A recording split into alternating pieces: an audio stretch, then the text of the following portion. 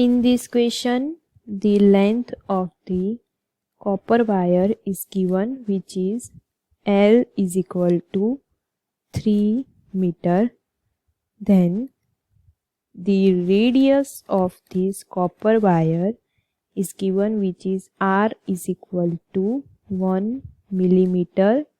So we can write this will be 10 raised to minus 3 meter.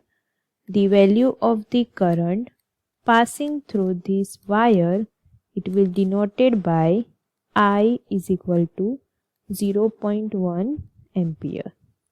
In the first question, we have to find the value of the magnetic field at the center of the